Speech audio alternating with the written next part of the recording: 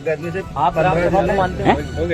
कितने कौन सी ग्राम सभा क्या होती है? आप पहले बतलाइए। आप राजस्व अधिकारी हो, ग्राम सभा क्या होता है बताइए जरा। 2-3 प्रकार की ग्राम सभा, पेशा वाली ग्राम सभा। तो आप मानते किसको? आप मानते किसको?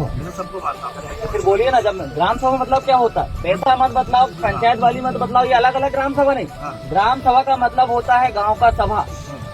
अगर नहीं है तो संविधान का आर्टिकल 13 का खंड 1 और 13 खंड 3 खोल के अच्छे से पढ़िए। उसका नॉन जुडिशियल का प्रीकॉन्स्टिट्यूशनल लॉ को आप पढ़िए। आप पढ़ते नहीं हो, कानून आप ठीक से जान नहीं रहे हो, कानून को आप पढ़ नहीं रहे हो और बेवजह अगर बगल जवाब दे रहे हो। सबसे पहली बात है, जब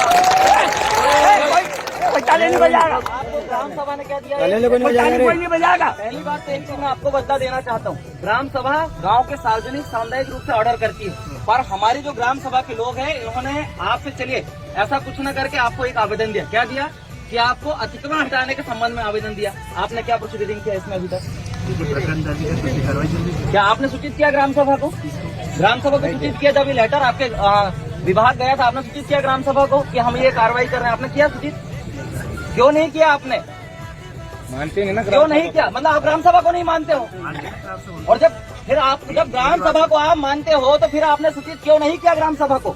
उनके जो जिनके साइड में जो ग्राम सभा प्रधान है अमर, उनको खुद को बुला कर उनको बताए। आपने लिखित में दिया? ऐसे बोलने को तो कोई भी कुछ भी बोल देगा। मैं भी बोल दूंगा प्रधानमंत्री, मान लोगे क्या? आपको लिख के देना था ना आपको। ये नहीं, आपका काम क्या है? जब ग्राम सभा आपको लिख के दी, हम भी बोल देते कि जाओ हुजूर जाके उसको हटा दो अतिक्रमण, आप मान लेते क्या? हमने आपको लिखित विधिवत दिया। आपका क्या काम था कि आप प्रोसीडिंग कर रहे हो तो आपको क्या करना था? हमको लिखित में देना थी कि हाँ हुजूर फलाना फलाना गांव में जो ग्राम सभा थी उसका प्रतिवेदन हमको मिला, उसके आधार पे हम लोग कार्रवाई कर रहे हैं। आपको सूचित करना है, पर आपने किया क्या? नहीं किया। मतलब आप ग्राम सभा के प्रोटोकॉल का उल्लंघन कर रहे हो। ग्राम सभा का जो non legislative sources of law का जो एरिया का जो कानून है, जिसे गैर विधायी स्रोत कहते हैं, कानून पढ़े हो? स्थायी विधायी स्रोत को आप मान रहे हो, प्रत्योजित विधायी स्रोत को आप मान रहे हो, अस्थायी विधायी स्रोत के आदेश निर्देशों को आप मान रहे हो, तो गैर विधायी स्रोत के आदेश निर्देशों कौन मानेगा? कौन मानेगा जी? बोलिए ना, कौन मानेगा? गैर विधायी स्रोत जाने हो ना, आपके यूपीएससी का सिलेबस है ना, पीएससी का भी सिलेबस में है ना, भारत की राज्य व्यवस्था में दिया है कि नहीं? क्या बोला है वो? बोलती बंद फालतू बात नहीं करेगा कोई।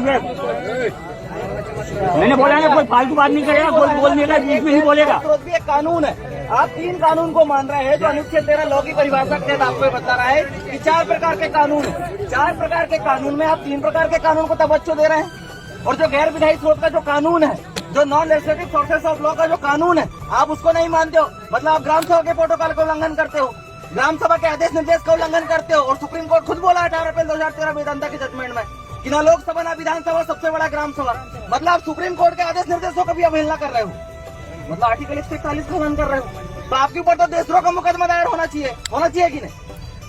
बोलिए जी, होना चाहिए कि नहीं? आपके पास जवाब नहीं है। फिर उसके बाद दूसरी बात, पुलिस वाले साहब आप सुनिए, जब आपके पास गांव का ग्राम सभा आपके पास बोलता है कि आप एफआईआर कीजिए, उन्हें आतंकवादी बोला, नक्सली बोला या बोला भी नहीं, है बात का मैटर है। आपका काम क्या था? पहले एफआईआर करना था। आप एफआईआर करें? ये प्रावधान है। प्रावधान मत बतलाइए, आपका काम है। अगर बोलिए ना, बोलिए, सुन रहे हैं ना आपकी बात की। तो ग्राम सभा देखिए, सुना हमने, आपने अभी तक जो बोला सुना। हाँ।